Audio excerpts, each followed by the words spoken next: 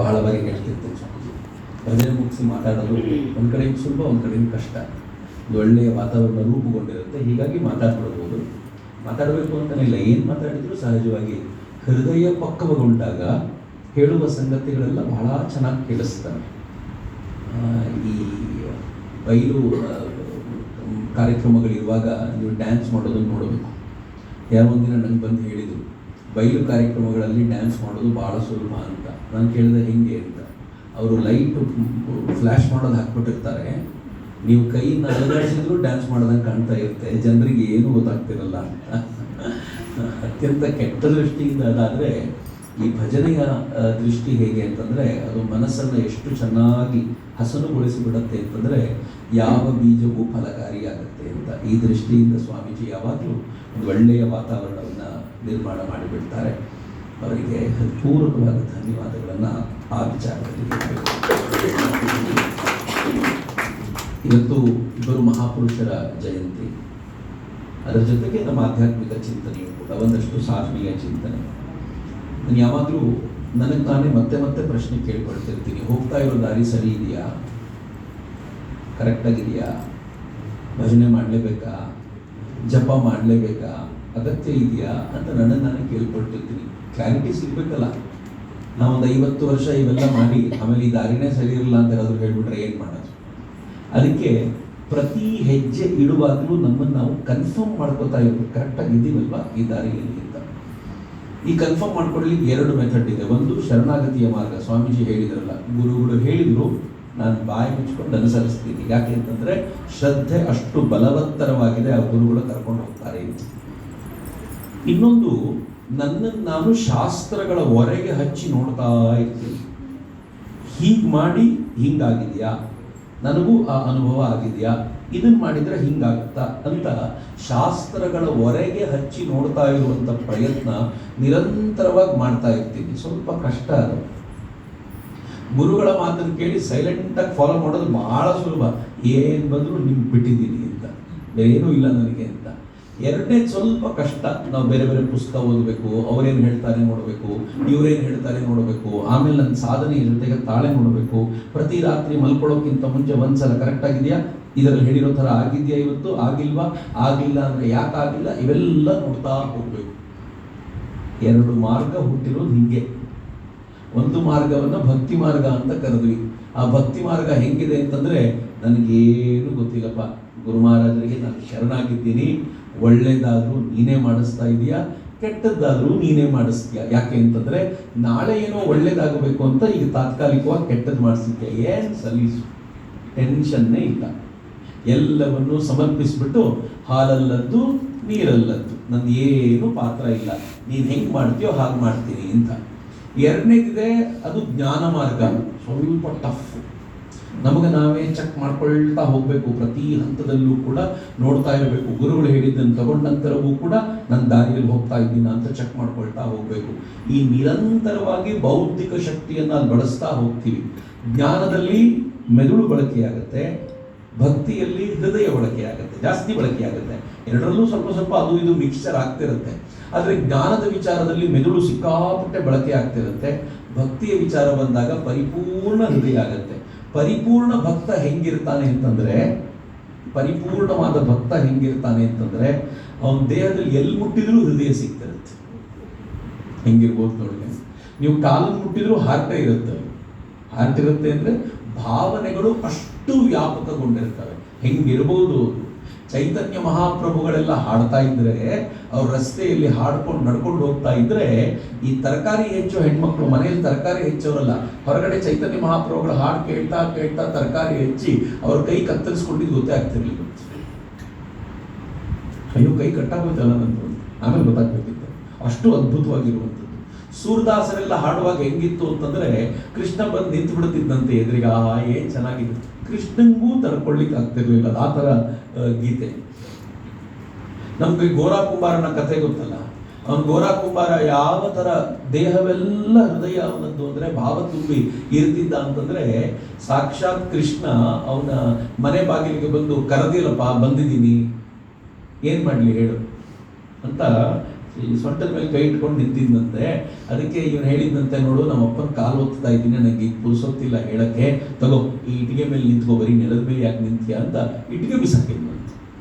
ಅವನು ಇಟ್ಟಿಗೆ ಮೇಲೆ ನಿಂತವನು ಇವತ್ತಿಗೂ ಗೋರಾನ ಅಪ್ಪನ ಕಾಲು ಒತ್ತಿದ್ದು ಮುಗಿದಿಲ್ಲ, ಇವತ್ತಿಗೂ ಬಿಟ್ಟು ಹಂಗೆ ನಿಂತ್ಕೊಂಡಿದ್ದಾನೆ, ಕಾರಣ ಬಿಟ್ಟು ಹಂಗೆ ಇದ್ದಾನೆ ಅಂತ ಹೇಳ್ತಾರೆ.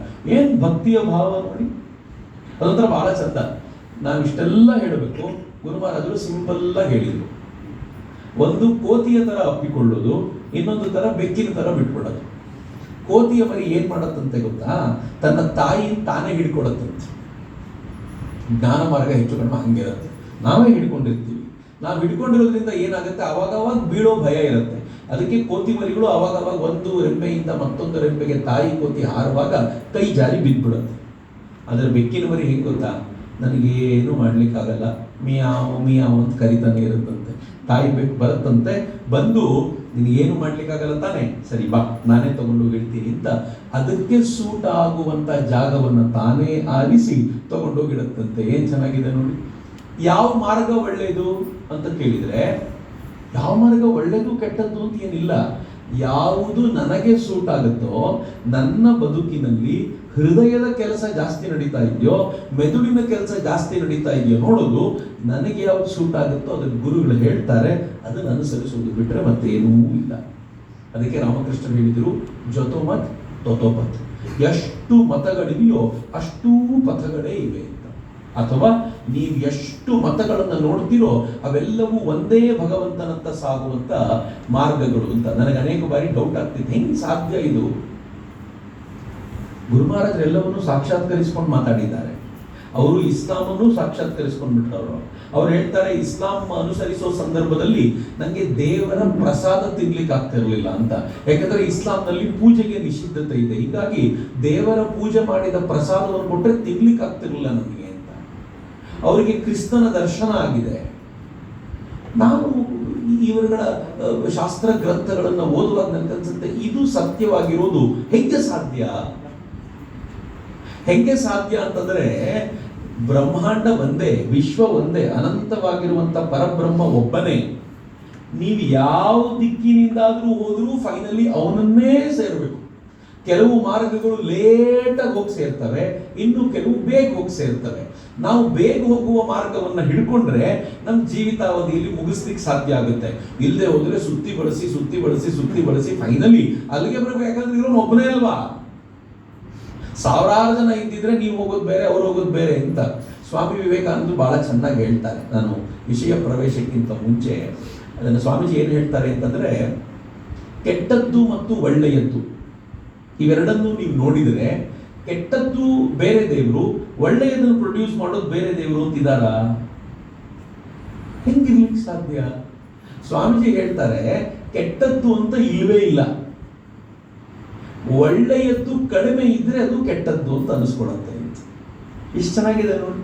ಕೆಟ್ಟದ್ದು ಅಂತ ಏನು ಇರ್ಲಿಕ್ಕಿಲ್ಲ. ಉದಾಹರಣೆಗೆ, ನನಗೆ ಮಾವಿನ ಹಣ್ಣು ಒಳ್ಳೇದಿರ್ಬೋದು, ಬಹಳ ಟೇಸ್ಟು ಅಂತ, ನಂಗೆ ಬಹಳ ಹಿಡಿಸುತ್ತೆ ಅಂತ ನಾನು ಹೇಳ್ಬೋದು. ಆದರೆ ಮಾವಿನ ಹಣ್ಣು ತಿನ್ನೋದ್ರಿಂದ ನನಗೆ ಹೀಟ್ ಆಗುತ್ತೆ, ಏನೋ ಪ್ರಾಬ್ಲಮ್ ಬರುತ್ತೆ ಅಂದ್ರೆ ಕೆಟ್ಟದ್ದಾಗ್ಬೋದು. ಕೆಲವರಿಗೆ ಮಾವಿನ ಹಣ್ಣು ತಿಂದ್ರೆ ಜಾಸ್ತಿ ಕೆಟ್ಟದ್ದಾಗ್ಬೋದು, ಕೆಲವರಿಗೆ ಕಡಿಮೆ ಕೆಟ್ಟದ್ದಾಗ್ಬೋದು. ಕಡಿಮೆ ಕೆಟ್ಟದ್ದು ಯಾರಿಗಾಗುತ್ತೋ ಅವ್ರು ಮಾವಿನ ಹಣ್ಣು ಬಹಳ ಒಳ್ಳೇದು ಅಂತಾರೆ. ಯಾರಿಗೆ ಅದರಿಂದ ಸ್ವಲ್ಪ ಜಾಸ್ತಿ ಕೆಟ್ಟದ್ದಾಗುತ್ತೋ ಅವ್ರು ಮಾವಿನ ಹಣ್ಣು ಕೆಟ್ಟದ್ದು ಅಂತಾರೆ. ಮಾವಿನ ಹಣ್ಣು ಕೆಟ್ಟದ್ದು ಒಳ್ಳೇದು ಅಂತ ಕೇಳಿದ್ರೆ ಎರಡೂ ಅಲ್ಲ. ಸ್ವಾಮೀಜಿ ಎಷ್ಟು ಚೆನ್ನಾಗಿ ಹೇಳ್ತಾರೆ ಅಂತಂದ್ರೆ, ಕೆಟ್ಟದ್ದಾಗ್ಲಿ ಒಳ್ಳೇದಾಗ್ಲಿ ಅವೆರಡೂ ಕೂಡ ಭಗವಂತನದ್ದೇ, ಅವನನ್ನ ಬಿಟ್ಟು ಮತ್ತೇನೂ ಇಲ್ಲ ಅಂತ. ಅವನೊಬ್ಬರೇ ಎಲ್ಲವೂ ಇರೋದು. ಇಷ್ಟು ಅದ್ಭುತವಾಗಿರುವಂತ ಚಿಂತನೆ ಈ ದೇಶದಲ್ಲಿ ಹಬ್ಬಿತಲ್ಲ. ನಾವು ಆ ಹಬ್ಬಿರುವಂತ ಚಿಂತನೆಗೆ ನಮ್ಮನ್ನ ಒಡ್ಡಿಕೊಳ್ಳುವಂತ ಸಂದರ್ಭ ಇದು ಇಲ್ಲ. ಪ್ರತಿ ಬಾರಿ ಜಯಂತಿ ಮಾಡುವಾಗ ನನಗೇನು ಅನ್ಸುತ್ತೆ ಗೊತ್ತಾ, ಯಾವುದೋ ಮಹಾಪುರುಷರ ಜಯಂತಿ ಮಾಡುವಾಗ ನಾವೊಂದು ಭಜನೆ ಮಾಡ್ತೀವಿ, ಒಂದಷ್ಟು ಮಾತುಗಳನ್ನು ಕೇಳ್ತೀವಿ, ಹೋಗ್ತೀವಿ. ಸುಮ್ಮನೆ ಹೋಗ್ಬಿಡ್ಬಾರ್ದು ಅಂತ. ನಮ್ಮ ಬರ್ತ್ಡೇಗೆ ಬಹಳ ಮಹತ್ವ ಇಲ್ಲ ರೀ. ನಾವೆಲ್ಲರೂ ಬರ್ಡೇ ಸಂಭ್ರಮಿಸೋದೇ ಜಾಸ್ತಿ. ನಾವು ಸತ್ತು 3 ದಿನ ಯಾರು ನೆನಪಿಸ್ಕೊಳ್ಳೋದು ಇಲ್ಲ. ಶಂಕರಾಚಾರ್ಯರು ದೇಹತ್ಯಾಗ ಮಾಡಿ ಮಿನಿಮಮ್ ಎಷ್ಟು ವರ್ಷ ಆಗಿದೆ ಗೊತ್ತಾ? ನಂಬರ್ಗಳಲ್ಲಿ ವ್ಯತ್ಯಾಸ ಇದೆ. 8-9ನೇ ಶತಮಾನ ಅಂತ ಒಂದು ಇದು ಹೇಳಿದ್ರೆ ಕ್ರಿಸ್ತ ಪೂರ್ವ 3ನೇ ಶತಮಾನದಲ್ಲಿ ಅವರು ಇದ್ರು ಅಂತ ಇನ್ನೊಂದು ಸಂಶೋಧನೆಗಳು ಹೇಳ್ತವೆ. ನಾನು ಅತ್ಯಂತ ರೀಸೆಂಟ್ ಆಗಿರುವ ನಂಬರ್ ತಗೊಳ್ತೀನಿ, 8-9ನೇ ಶತಮಾನ ಅಂತ. 8-9ನೇ ಶತಮಾನ ಅಂತ ಶಂಕರಾಚಾರ್ಯರ ಜೀವನ ಹಿಡಿದ್ರು ಇವತ್ತಿಗೆ 1200 ವರ್ಷ. 1200 ವರ್ಷಗಳ ಹಿಂದೆ ಬದುಕಿದ್ದ ಒಬ್ಬ ವ್ಯಕ್ತಿಯನ್ನ ನಾವು ಇವತ್ತು ಕುಳಿತುಕೊಂಡು ಅವರ ಗೀತೆಯನ್ನ, ಅವರ ಕುರಿತಂತ ಗೀತೆಯನ್ನು ಹೇಳ್ತಾ ಎಷ್ಟು ಚೆನ್ನಾಗಿದೆ ನೋಡಿ ಅಂತೀವಿ. ಏನು ಅದ್ಭುತವಾಗಿರುವಂತ ಕೆಲಸ ಮಾಡಿರ್ಬೇಕು. ಬಸವಣ್ಣವ್ರು ಹೋಗಿ ಹೆಚ್ಚು ಕಡಿಮೆ 900 ವರ್ಷ ಆಯಿತು. 12ನೇ ಶತಮಾನ, ಈಗ ನಾವು 21ನೇ ಶತಮಾನದಲ್ಲಿ ಇದ್ದೀವಿ. 900 ವರ್ಷಗಳು ಕಳೆದಿವೆ ಬಸವಣ್ಣವರು ದೇಹತ್ಯಾಗ ಮಾಡಿ. 900 ವರ್ಷಗಳ ನಂತರ ಇವತ್ತಿಗೂ ಅವರ ವಚನಗಳನ್ನ ಹಾಡ್ತಾ ಇದ್ರೆ ಬಸವಣ್ಣವ್ರು ಎಷ್ಟು ಚೆನ್ನಾಗಿ ಹೇಳ್ಬಿಟ್ರಪ್ಪ. ನಾವು ಆಡಿರುವ ಮಾತು ಅರ್ಧ ಗಂಟೆಯ ನಂತರ ನೆನಪಿರೋದಿಲ್ಲ. ಇದು ನೆನ್ಪಿಟ್ಕೊಳ್ಬೇಕಾಗಿರುವಂಥದ್ದು ಏನೂ ಇಲ್ಲ ಅಂತನೂ ಅನ್ಸ್ಬಿಡತ್ತೆ. ಆದರೆ ಬಸವಣ್ಣವರು 900 ವರ್ಷಗಳ ಹಿಂದೆ ಹೇಳಿದ್ದು ಇವತ್ತಿಗೂ ನೆನ್ಪುಳಿಬೇಕು ಅನ್ನುವಂಥ ಸಂಗತಿ ಆಗುತ್ತಲ್ಲ. ಹೇಗೆ, ಯಾವ ಕಾರಣಕ್ಕೆ, ಆ ಮಾತಿನಲ್ಲಿ ಇರಬಹುದಾಗಿರುವಂಥ ಶಕ್ತಿ ಏನು ಯೋಚನೆ ಮಾಡಬೇಕು ಅಂತ. ಅಂದ್ರೆ ನಾವು ಬರೀ ಹೇಳೋದ್ರ ಜೊತೆಗೆ ಒಂದು ಸ್ವಲ್ಪ ಯೋಚನೆಗೆ ತಲೆಗೆ ಸ್ವಲ್ಪ ಕೆಲಸ ಕೊಟ್ರೆ ಏನು ಅದ್ಭುತ ಅನ್ಸುತ್ತೆ ಗೊತ್ತಾ. ಈಗ ಸುಮ್ಮನೆ ಕೇಳಿ, ನಮ್ಮ ಬದುಕನ್ನು ನಾವು ಚೆನ್ನಾಗಿ ನಡೆಸ್ತಾ ಇದ್ದೀವಾ ಅಂತ ಒಂದು ಪ್ರಶ್ನೆ ನಾವು ಯಾವಾಗಲೂ ಕೇಳ್ಕೊಳ್ಬೇಕು ಅಂತ. ನನಗೆ ಇಷ್ಟ ಆಗುವಂತ ಒಂದು ಗೀತೆ ತೆಗೆದಿಟ್ಕೊಂಡೆ. ಅದಕ್ಕೆ ನಮ್ಮ ವಚನವೇದದಲ್ಲಿ ಒಂದು ಹಾಡು ಬರುತ್ತೆ. ಹೆಂಗ್ ಬರುತ್ತೆ ಗೊತ್ತು, ಬಹಳ ಚೆನ್ನಾಗಿದೆ. ನಿನ್ನ ಬಾಳಿನ ಹೊಲವು ಪಾಳು ಬಿದ್ದಿರುವುದಲ್ಲೋ ಕೃಷಿಗೈಯಲು ಕೂಡ ತಿಳಿಯದಿರುವೆ. ಎಂಥ ಹೊನ್ನನ್ನು ಬೆಳೆದು ತೆಗೆಯಬಹುದಾಗಿತ್ತೋ ಕೆಲವು ದಿನ ಮೈ ಮುರಿದು ದುಡಿದಿದ್ದರೆ. ನನ್ನ ಬಾಳು ಅನ್ನುವಂಥ ಈ ಹೊಲ ಎಷ್ಟು ಪಾಳು ಬಿದ್ದು ಹೋಗಿದೆ ಅಂತಂದ್ರೆ ಕೃಷಿ ಮಾಡ್ಲಿಕ್ಕೆ ಗೊತ್ತಿಲ್ವಲ್ಲ. ಸ್ವಲ್ಪ ದಿನ ಮೈ ಮುರಿದು ದುಡಿದಿದ್ರೆ ಏನು ಒಳ್ಳೆ ಬೆಳೆ ಬರ್ತಿತ್ತು ಕಣ ಅಂತ ಅವ್ರು ಹೇಳ್ತಾರೆ. ಪುಣ್ಯ ನಮ್ಮಲ್ಲಿ ಯಾರು ನಾಳೆ ಬೆಳಗ್ಗೆನೆ ದೇಹತ್ಯಾಗ ಮಾಡುವಂಥವ್ರು ಇಲ್ಲ. ಅವ್ರಿಗೆ ಇವತ್ತು ಈ ಗೀತೆ ಅರ್ಥ ಆಗ್ಬಿಟ್ರೆ ಏನ್ ಟೆನ್ಷನ್ ಆಗ್ಬಿಡುತ್ತೆ. ಅಯ್ಯಯ್ಯೋ ಹೋಗೇ ಬಿಡುತ್ತಲ್ಲಪ್ಪ ಲೈಫು ಅಂತ. ನಾವು ಪುಣ್ಯವಂತರು ಎಲ್ಲರೂ ಇನ್ನೊಂದು 15-20 ವರ್ಷ ಆರಾಮಾಗಿ ಬದುಕ್ತೀವಿ. ನಂಗೆ ಇನ್ನೂ 20 ವರ್ಷ ಟೈಮ್ ಇದೆ, ಏನಾದರೂ ಮಾಡ್ಬೋದಾ ಅಂತ ಗೀತೆ ಕೇಳುತ್ತೆ, ವಚನವೇದ ಕೇಳುತ್ತೆ. ಎಂಥ ಅದ್ಭುತವಾಗಿರುವ ಬದುಕನ್ನು ಭಗವಂತ ಕೊಟ್ಟ. ಪಾಳು ಬಿದ್ದೋಗಿರುವಂಥ ಭೂಮಿ ಆಗ್ಬಿಟ್ಟಿದೆ ಇದು. ಸ್ವಲ್ಪ ಕೃಷಿ ಮಾಡದಿದ್ರೆ ಎಂಥ ಹೊನ್ನಿನ ಬೆಳೆ ತೆಗಿಬಹುದಾಗಿತ್ತು ಅಂತ ಕೇಳಿ ಅವ್ರು ಮುಂದೆ ಹೇಳ್ತಾರೆ. ಇಂದೋ ನಾಳೆಯೋ ಹೊಲದೊಡೆಯ ಗೊಪ್ಪಿಸುವ ಮುನ್ನವೇ ಎಚ್ಚೆತ್ತು ಬೆಳೆಯ ತೆಗೆಯೋ. ಇವತ್ತೋ ನಾಳೆನೋ ಹೊಲದೊಡೆಯ ಬರ್ತಾನೆ, ಬಾಳ ಕೊಡು ವಾಪಸ್, ಹೊಲ ಕೊಡು ವಾಪಸ್ ಅಂತ ಕೇಳಿದ್ರೆ ಏನೂ ತೆಗೆದಿಲ್ಲ ಕಣೋ, ವೇಸ್ಟ್ ಆಗೋಯ್ತು ಅಂತಂದ್ರೆ ಹೆಂಗಿರುತ್ತೆ. ನನ್ನ ಪ್ರತಿ ಬರ್ಡೇ ದಿನ ಯಾರಿಗೂ ಸಿಗಲ್ಲ. ನಾನು ತುಂಬ ಕಡಿಮೆ ಜನ ಫೋನ್ ಮಾಡಿದ್ರೆ ಮಾತ್ರ ರಿಸೀವ್ ಮಾಡ್ತೀನಿ, ಇಲ್ಲದ್ರೆ ಸಿಗಲ್ಲ. ಒಬ್ಬನೇ ಕೂತ್ಕೊಂಡು ಅಯ್ಯಯ್ಯೋ ಇಷ್ಟು ವರ್ಷ ವೇಸ್ಟ್ ಮಾಡ್ಬಿಟ್ನಲ್ಲಪ್ಪ ಅಂತ ಟೆನ್ಷನಲ್ಲಿ ಕೂತಿರ್ತೀನಿ ನಾನು. ಈ ವರ್ಷನೂ ಹೋಗ್ಬಿಡುತ್ತಲ್ಲ ನಂದು, ಮುಂದಿನ 1 ವರ್ಷ ಆದರೂ ಏನಾದರೂ ಮಾಡಬೇಕಲ್ಲ, ಮಾಡಲೇಬೇಕು. ನಾವು ಮಾಡಿರೋದು ಎಲ್ಲಿಗೂ ಸಾಕಾಗಲ್ಲ, ವರ್ಷದಿಂದ ವರ್ಷಕ್ಕೆ ಜಾಸ್ತಿ ಮಾಡಬೇಕು. ಆದರೆ ಭಗವಂತ ಹೆಂಗ್ ಮಾಡಿಬಿಟ್ಟಿದ್ದಾನೆ ಅಂತಂದ್ರೆ ನಮ್ಮ ದೇಹದ ಶಕ್ತಿಯನ್ನ ಎಷ್ಟು ಕಡಿಮೆ ಮಾಡಿಸ್ತಾ ಹೋಗ್ತಾನೆ ಅಂತಂದ್ರೆ ವರ್ಷದಿಂದ ವರ್ಷ ಕಡಿಮೆ ಆಗ್ತಾ ಹೋಗುತ್ತೆ. ಏನ್ ಮಾಡೋದು? ಅದಕ್ಕೆ ಅವ್ರು ಹೇಳಿದ್ರು, ಗುರುವಿತ್ತ ಮಂತ್ರವನ್ನು ಬೀಜವಾಗಿಸಿ ಬಿತ್ತು ಪ್ರೇಮವಾರಿಯ ಹೊಯ್ದು ಹಸನುಗೊಳಿಸು. ಗುರು ಮಂತ್ರ ಕೊಟ್ಟಿದ್ದಾನೆ, ಬೀಜವಾಗಿಸಿ ಬಿತ್ತು ಅದನ್ನ ಪ್ರೇಮವಾರದೆಯ ಹೊಯ್ದು ಪ್ರೇಮದ ನೀರನ್ನ ಹಾಕಿ ಅದನ್ನ ಹಸನು ಮಾಡು ನಿನ್ನ ಭೂಮಿಯನ್ನ. ಏನು ಅದ್ಭುತವಾದ ಬೆಳೆ ಬರುತ್ತೆ ನೋಡು ಅಂತ. ಎಷ್ಟು ಚೆನ್ನಾಗಿದೆ. ಯಾವ ಬೆಳೆ ಬರಬೇಕು? ಬೆಳೆ ಬರಬೇಕಾಗಿರೋದು ಯಾವುದು ಅಂತಂದ್ರೆ ಆತ್ಮಾನಂದದ ಬೆಳೆ ತೆಗಿಬೇಕು. ನಾವೆಲ್ಲರೂ ಕೂಡ ಈ ದೇಶದಲ್ಲಿ ಪ್ರಯತ್ನ ಪಡೋದು ಯಾವುದಕ್ಕೆ ಅಂತ ನಾನು ತುಂಬಾ ಬಾರಿ ಯೋಚನೆ ಮಾಡ್ತಿರ್ತೀನಿ. ನಾನು ತುಂಬಾ ಕಾಡುವಂತ ಪ್ರಶ್ನೆ ಇದು. ಸುಖಕ್ಕೋಸ್ಕರವೇ ನಮ್ಮೆಲ್ಲರ ಪ್ರಯತ್ನ. ದುಃಖ ಯಾರಿಗೆ ಬೇಕಾಗಿದೆ? ಕುಂತಿ ಒಬ್ಬಳೆ ಅದು ಯಾವ ಪುಣ್ಯದ ಗೀತಿ ಅಂತ ಕೇಳ್ಬಿಟ್ಲ. ಆ ಕಥೆ 1000 ಬಾರಿ ಕೇಳಿದ ನಂತರವೂ ಕೂಡ 1001ನೇ ಬಾರಿ ಕೂಡ ಹಂಗೆ ಕೇಳಕ್ ಧೈರ್ಯ ಆಗಲ್ಲ ನಮಗೆ. ಅವಳು ಏನ್ ಕೇಳ್ತಾಳೆ ಕೃಷ್ಣನಿಗೆ, ಅಪ್ಪ ಕೃಷ್ಣ ನನಗೆ ದುಃಖವನ್ನೇ ಕೊಡು, ಯಾಕೆಂದ್ರೆ ದುಃಖ ಕೊಟ್ಟಾಗಲೆಲ್ಲ ನಿನ್ನ ಹೆಸರು ನೆನಪಿಗೆ ಬರ್ತಾ ಇರುತ್ತೆ, ಸುಖದಲ್ಲಿ ಯಾರು ನೆನಪಿಸ್ಕೊಳ್ತಾರೆ, ಅದಕ್ಕೆ ನಿನ್ನ ಹೆಸರು ನೆನಪಾಗುವಂತೆ ದುಃಖವನ್ನು ಕೊಡು ಅಂತ. ಎಷ್ಟು ಚೆನ್ನಾಗಿದೆ ಅಂತ ಅನ್ಸುತ್ತೆ. ಮನೆಗೆ ಹೋಗಿ ಕೇಳ್ತೀರಾ ಇವತ್ತು? ಧೈರ್ಯ ಇಲ್ಲ ನಮ್ಗೆ. ಬೇಡಪ್ಪ ಬೇಡ, ನೀನು ಸುಖ ಕೊಡು, ಸುಖದಲ್ಲಿ ನೆನಪಿಸ್ಕೊಳ್ಳೋ ಮಾಡು ಅಂತ. ಇಷ್ಟೇ ನಾವು ಮಾಡಬಹುದಾಗಿರೋದು, ಇಷ್ಟೇ. ಸುಖ ಬೇಡ ಅಂತ ಹೇಳುವಂಥವ್ರು ಯಾರೂ ಇಲ್ಲ. ಆದರೆ ಸುಖ ಯಾವುದಾಗಬೇಕು ಅನ್ನೋದು ಪ್ರಶ್ನೆ. ಈಗ ಸುಖ ಸಿಗತ್ತೆ. ಸುಖ ಹೆಂಗೆ ಅಂತಂದ್ರೆ, ನಾನೇನೋ ಒಳ್ಳೆಯ ತಿಂಡಿ ತಿಂದಾಗ, ಒಳ್ಳೆಯ ಊಟ ಮಾಡಿದಾಗ ಸುಖ ಸಿಗುತ್ತೆ. ಸುಖವೇ ಅಲ್ವಾ? ಮತ್ತೆ ಅದರ ಪ್ರಾಬ್ಲಮ್ ಏನು ಅಂತಂದ್ರೆ, ಇವತ್ತು ರಾತ್ರಿ ಕೆಟ್ಟ ಊಟ ಸಿಗ್ಬೋದು ನನಗೆ, ಆ ಸುಖ ಹೋಯ್ತು. ಎಲ್ಲ ಸುಖ ನಾವು ಯಾವುದನ್ನು ಹುಡುಕಿ, ನೀವು ಮನೆಗೆ ಹೋದ ನಂತರ ಸುಮ್ಮನೆ ಕೂತ್ಕೊಳ್ಳಿ. ನಮ್ಮ ಪ್ರಾಬ್ಲಮ್ ಏನಾಗಿದೆ ಅಂತಂದ್ರೆ, ಒಬ್ಬೊಬ್ಬರೇ ಕೂತು ರೂಢಿ ಇಲ್ಲ. ನನಗೆ ಒಬ್ಬ ಸ್ವಾಮೀಜಿ ಹೇಳಿದ್ರು, ಬಹಳ ಚೆನ್ನಾಗಿ ಹೇಳಿದ್ರು, ಕಂಟಿನ್ಯೂಸ್ 2 ಗಂಟೆ ಒಬ್ಬನೇ ಏನಾದರೂ ಸರಿ ಒಂದು ಜಾಗದಲ್ಲಿ ಕೂತಿರ್ತೀನಿ ಅಂತ ಕೂತ್ ನೋಡು, ಆಗ ಗೊತ್ತಾಗತ್ತೆ ನಿನ್ ಸಾಮರ್ಥ್ಯ ಏನು ಅಂತ ಹೇಳಿ ಅಂತ. ಆಗಲ್ಲ ರೀ.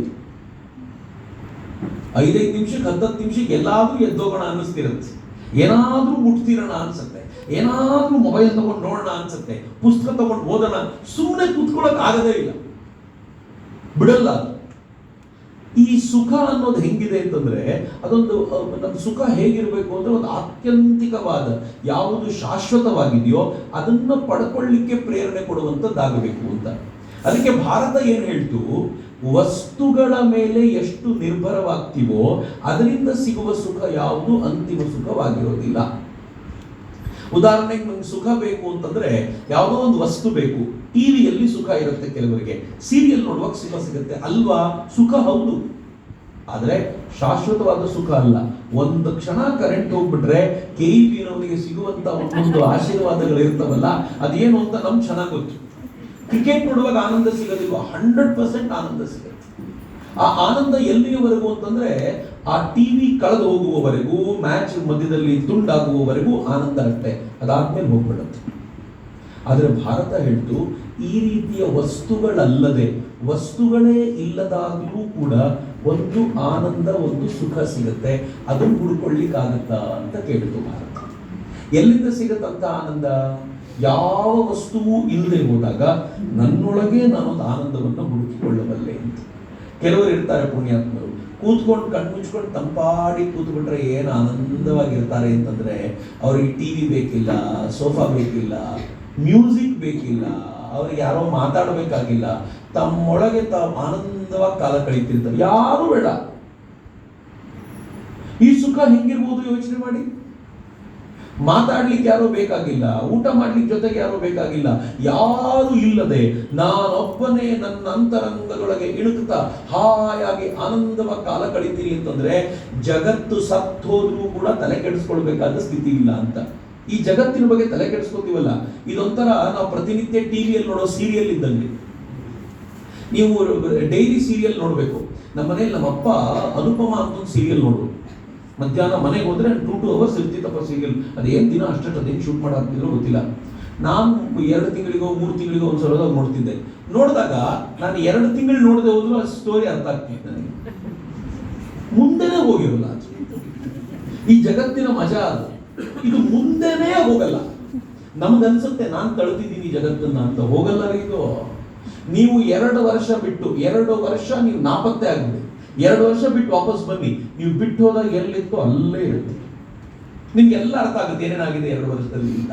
ಇನ್ನೇನೂ ಮುಂದಕ್ಕೆ ಹೋಗಿರೋದಿಲ್ಲ, 1 ಇಂಚು ಮುಂದಕ್ಕೆ ತಳ್ಳಿಕ್ಕೆ ಇದಕ್ಕೆ ಸಾಧ್ಯ ಇಲ್ಲ. ಆದ್ರೆ ನಾವು ಅನ್ಕೊಳ್ತಿರ್ತೀವಿ ನಾವೇನೋ ಮಾಡ್ತಿದ್ದೀವಿ ಅಂತ. ಈ ಜಗತ್ತಿನಿಂದ ಮುಕ್ತವಾಗಿ ಯಾವಾಗ ಆನಂದವನ್ನ ಪಡ್ಕೊಳ್ತೀವಲ್ಲ, ಅಂತರಂಗದಲ್ಲಿ ಆನಂದವನ್ನ ಪಡ್ಕೊಳ್ಳಿಕ್ಕೆ ಸಾಧ್ಯವಾಗುತ್ತಲ್ಲ, ಆ ಅಂತರಂಗದ ಆನಂದಕ್ಕೋಸ್ಕರ ಭಾರತ ಹಾತೊಯ್ತು.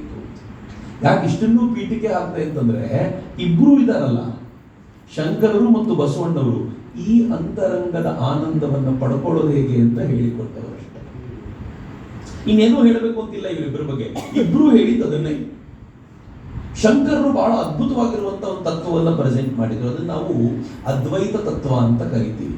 ಅದ್ವೈತ ಅಂತಂದ್ರೆ ಎರಡಿಲ್ಲ, ಒಂದೇ ಅಂತ. ಒಂದೇ ಅಂದ್ರೆ ಏನು? ಈಗ ದೇವರನ್ನು ಪೂಜಿಸುವಾಗ ಪಟದಲ್ಲಿ ರಾಮಕೃಷ್ಣರಿದ್ದಾರೆ, ನಾನು ಎದುರುಗಡೆ ಇದ್ದೀನಿ. ರಾಮಕೃಷ್ಣ ಇರೋದು ಹೌದು, ನಾನು ಇರೋದು ಹೌದು, ಎರಡಾಯ್ತಲ್ಲ. ಆದರೆ ಶಂಕರರು ಹೇಳಿದ್ರು ಎರಡು ಇಲ್ಲವೇ ಇಲ್ಲ. ರಾಮಕೃಷ್ಣರು ಬೇರೆ ಅಲ್ಲ, ನಾನು ಬೇರೆ ಅಲ್ಲ, ಎರಡೂ ಒಂದೇ. ಬೇರೆಯಾಗಿ ಹೆಂಗ್ ಕಾಣ್ತಿದೆ ಅಂತಂದ್ರೆ, ನಮ್ಮಿಬ್ಬರ ನಡುವೆ ಒಂದು ಮಾಯೆಯ ಪರದೆ ಅಡ್ಡ ಬಂದಿದೆ.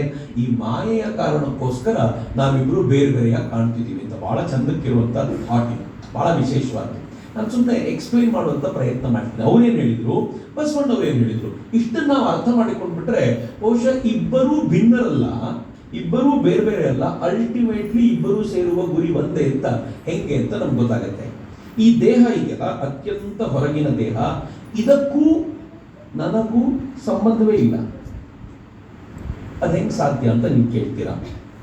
ನಾನು ಸಿಂಪಲ್ ಅದನ್ನ ಸಿದ್ಧಾಂತ ಶಿಖಾಮಣಿಯಲ್ಲೂ ಈ ಎಕ್ಸಾಂಪಲ್ನ ಕೊಡ್ತಾರೆ.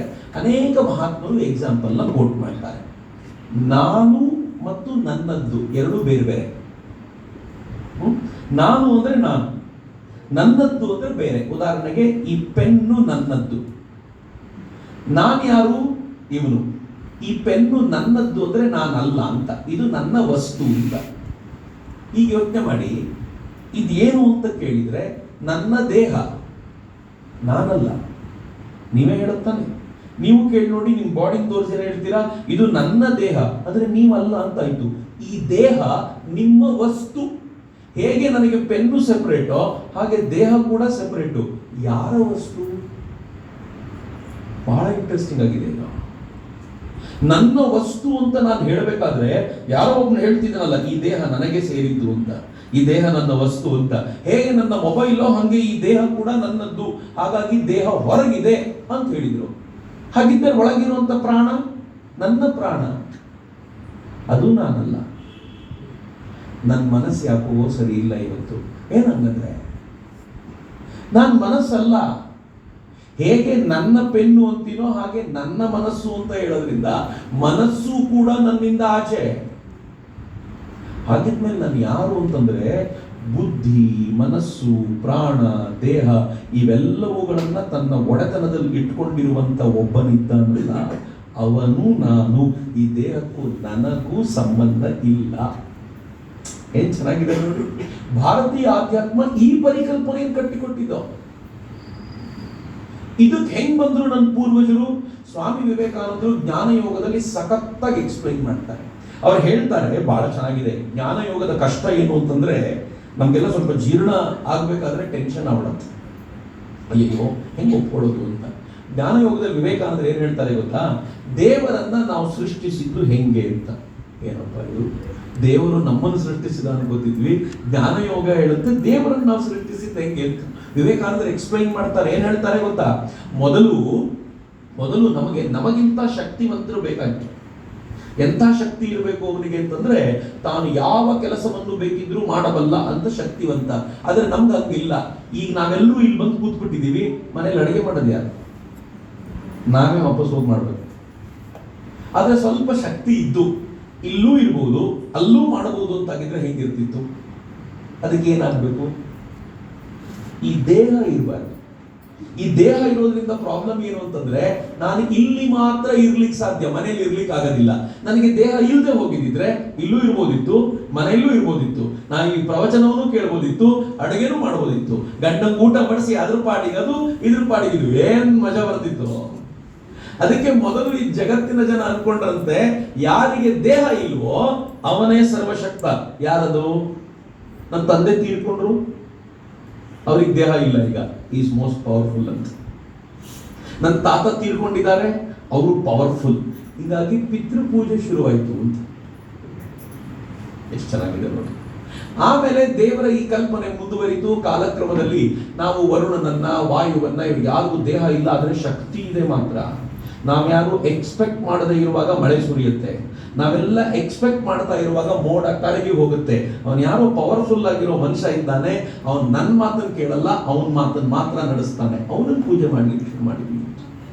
ಕಾಲಕ್ರಮದಲ್ಲಿ ಇದನ್ನ ಮೀರಿ ನಮಗೆ ಬದುಕನ್ನು ತೋರಿಸಿಕೊಡಬಲ್ಲ ಭಗವಂತ ಬೇಕಾಯಿತು, ಅದನ್ನು ಪೂಜೆ ಮಾಡ್ಲಿಕ್ಕೆ ಶುರು ಮಾಡಿದ್ವಿ. ಸ್ವಾಮಿ ವಿವೇಕಾನಂದರು ಹೀಗೆ ಹೇಳ್ತಾ ಹೇಳ್ತಾ ಕೊನೆಗೇನು ಹೇಳ್ತಾರೆ? ಆಮೇಲೆ ಮನುಷ್ಯನಿಗೆ ಅರ್ಥ ಆಯ್ತಂತೆ, ದೇವರು ಈ ಭಗವಂತ ಇದೆಲ್ಲ ಹೊರಗಡೆ ಏನಿದ್ದಾರೋ, ಏನ್ ನೋಡ್ತಿದ್ದೀವೋ ಅವನೇ ಅಂತರಂಗದಲ್ಲಿ ಕುಳಿತು ಇದನ್ನೆಲ್ಲ ನಡೆಸ್ತಾ ಇದ್ದಾನೆ. ಯಾರು ಹೊರಗಡೆ ಕೂತು ನನ್ನ ನಿರ್ಮಾಣ ಮಾಡಿದ್ದಾನೋ, ಇವತ್ತು ಯಾರು ಹೊರಗಡೆ ಕೂತು ನಮ್ಮೆಲ್ಲರನ್ನೂ ಸೇರಿಸಿದ್ದಾನೋ, ಅವನೇ ಒಳಗೆ ಕೂತು ನನ್ನಿಂದ ಮಾತಾಡಿಸ್ತಿದ್ದಾನೆ, ಅವನೇ ಸ್ವಾಮೀಜಿಯ ಮೂಲಕ ಹಾಡ್ತಿದ್ದಾನೆ, ಅವನೇ ನಿಮ್ಮೊಳಗೆ ಕೂತು ಕೇಳ್ತಾ ಇದ್ದಾನೆ. ಹೊರಗಡೆಯಿಂದ ನಮ್ಮನ್ನೆಲ್ಲ ಸೇರಿಸಿದವನೇ ಒಳಗಡೆ ಕೂತು ಇವೆಲ್ಲ ಮಾಡ್ತಿದ್ದಾನೆ. ಹೀಗಾಗಿ ಅವನು ಹೊರಗಡೆ ಇರೋದು ಬೇರೆ ಅಲ್ಲ, ಒಳಗಡೆ ಇರೋದು ಬೇರೆ ಅಲ್ಲ, ಎಲ್ಲ ಒಂದೇ ಎನ್ನುವ ಅದ್ವೈತದ ಪರಿಕಲ್ಪನೆಯನ್ನ ಹಿಂಗೆ ಕಟ್ಟಿಕೊಟ್ಟು ನಾವು ಅಲ್ಟಿಮೇಟ್ ಸಿದ್ಧಾಂತ ಏನು ಅಂತಂದ್ರೆ ಒಂದೇ ಆಗಿರುವ ಅವನನ್ನ ಸೇರೋದೇ ಅಲ್ಟಿಮೇಟ್ ಆಗಿರುವ ಸಿದ್ಧಾಂತ. ಇದಕ್ಕೆ ಹೆಂಗ್ ಮಾಡಬೇಕು, ಹೇಗೆ ಅಲ್ಟಿಮೇಟ್ ಆಗಿರುವಂತ ಅವನನ್ನು ಸೇರೋದು ಅನ್ನೋದ್ರಲ್ಲಿ ಭಿನ್ನ ಚರ್ಚೆಗಳು ಬಂದವು. ಬಸವಣ್ಣವ್ರದ್ದು ಭಿನ್ನತೆ ಏನಿಲ್ಲ ರೀ, ಅವ್ರದ್ದು ಹೀಗೆ ಅಲ್ಟಿಮೇಟ್ ಆಗಿ ಆ ಭಗವಂತನನ್ನ ಶಿವನನ್ನ ಸೇರಬೇಕು. ಅವರು ಶಿವ ಅಂತಂದ್ರು, ಶಂಕರಾಚಾರ್ಯರು ಪರಮಾತ್ಮ ಅಂದ್ರು, ಇಷ್ಟೇ ಡಿಫರೆನ್ಸ್. ಪರಮಾತ್ಮನೇ ಎಲ್ಲವೂ ಅಂತಂದ್ರು ಅಥವಾ ಪರಬ್ರಹ್ಮನೇ ಎಲ್ಲವೂ ಅಂತಂದ್ರು, ಶಿವ ಅಂತಂದ್ರು. ಅದಕ್ಕೆ ಕೂಡಲ ಸಂಗಮ ದೇವ ಶಿವ ಅನ್ನೋ ಪರಿಕಲ್ಪನೆ ಕೊಟ್ಟರು. ಹೇಗೆ ಹೋಲಿಸಿಕೊಳ್ಳಬೇಕು? ಶಂಕರಾಚಾರ್ಯರು ಅದಕ್ಕೊಂದು ಮಾರ್ಗವನ್ನು ಹೇಗೆ ಹೇಳಿದ್ರು ಅಂತಂದ್ರೆ, ಪರಿಶುದ್ಧತೆಯೇ ಮೊದಲ ಮಾರ್ಗ. ನಮ್ಮ ಮನಸ್ಸನ್ನ ಎಷ್ಟು ಶುದ್ಧಗೊಳಿಸ್ಕೊಳ್ಬೇಕು ಅಂತಂದ್ರೆ, ಆ ಶುದ್ಧಗೊಳಿಸಿಕೊಳ್ತಾ ಮನಸ್ಸನ್ನ ಕ್ಲೀನ್ ಮಾಡ್ತಾ ಮಾಡ್ತಾ ಮಾಡ್ತಾ ಮಾಡ್ತಾ ಆ ಪ್ರತಿಬಿಂಬ ಇದೆಯಲ್ಲ ಪರಮಾತ್ಮನದ್ದು ಹೆಂಗೆ ಕಾಣಕ್ಕೆ ಶುರುವಾಗ್ಬಿಡತ್ತೆ ಅಂತಂದ್ರೆ, ನಿಚ್ಚಳವಾಗಿ ಕಣ್ಣಿಗೆ ಗೋಚರವಾಗ್ಲಿಕ್ಕೆ ಶುರುವಾಗ್ಬಿಡತ್ತೆ. ನಾವೆಲ್ಲರೂ ಪರಮಾತ್ಮ ಒಳಗಿದ್ದಾನೆ, ಆದ್ರೆ ಒಳಗಿರುವಾಗ ಒಬ್ಬ ತುಂಬಾ ಚೆನ್ನಾಗಿ ಮಾತನಾಡ್ತಾನೆ, ಮತ್ತೊಬ್ಬರಿಗೆ ಮಾತಾಡ್ಲಿಕ್ಕೆ ಬರಲ್ಲ. ಒಬ್ಬರು ತುಂಬಾ ಚೆನ್ನಾಗಿ ಹಾಡ್ತಾರೆ, ಮತ್ತೊಬ್ಬರಿಗೆ ಹಾಡ್ಲಿಕ್ಕೆ ಬರಲ್ಲ. ಹೆಂಗೆ ಅಂತಂದ್ರೆ, ಪರಮಾತ್ಮ ನಮ್ಮ ಒಳಗೆ ಕೂತು ಅವನ ಬೆಳಕು ಏನು ಆಚೆ ಬರ್ತಿದೆಯೋ ಆಚೆ ಬರುವ ಬೆಳಕನ್ನ ತಡಿತಾ ಇದ್ದೀವಿ ನಾವು. ಯಾರು ಹೆಚ್ಚು ಬೆಳಕನ್ನು ಬಿಟ್ಕೊಡ್ತಾರೋ ಅವ್ರು ಹೆಚ್ಚು ಪರಮಾತ್ಮನನ್ನ ಪ್ರತಿಫಲಿಸ್ತಾರೆ. Very simple. ನಾವೇನ್ ಮಾಡಿದೀವಿ, ತಡೆದ್ಬಿಟ್ಟಿದೀವಿ. ತಡೆದಿರೋದು ಹೆಂಗೆ ಅಂತಂದ್ರೆ, ಈ ಸಂಸಾರದಲ್ಲಿ ಮಗ್ನವಾಗಿ ತಡೆದ್ಬಿಟ್ಟಿದ್ದೀವಿ. ಎಷ್ಟು ಮಗ್ನವಾಗಿದ್ದೀವಿ ಈ ಪ್ರಪಂಚದಲ್ಲಿ ಅಂತಂದ್ರೆ, ಈ ಮಿಥ್ಯಾ ಪ್ರಪಂಚದಲ್ಲಿ ಎಷ್ಟು ಮಗ್ನವಾಗಿದ್ದೀವಿ ಅಂದ್ರೆ, ಒಳಗಿರೋ ಭಗವಂತನನ್ನ ಮರೆತು ಕೂತ್ಬಿಟ್ಟಿದ್ದೀವಿ.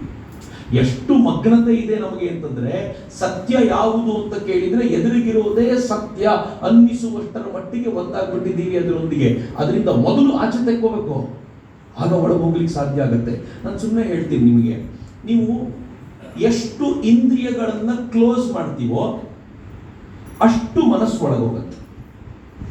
ಈಗ ಸ್ವಾಮೀಜಿಯವರ ಹಾಡನ್ನು ಕೇಳುವಾಗ ಎರಡು ಮೆಥಡ್ ಇದೆ. ಒಂದು ಕಣ್ ಬಿಟ್ಕೊಂಡು ಹಾಡನ್ನು ಕೇಳ್ತಾ ಇರೋದು. ಏನಾಗುತ್ತೆ ಗೊತ್ತಾ, ಮನಸ್ಸು ತುಂಬಾ ಸಲ ಜಾರಿ ಹೋಗುತ್ತೆ.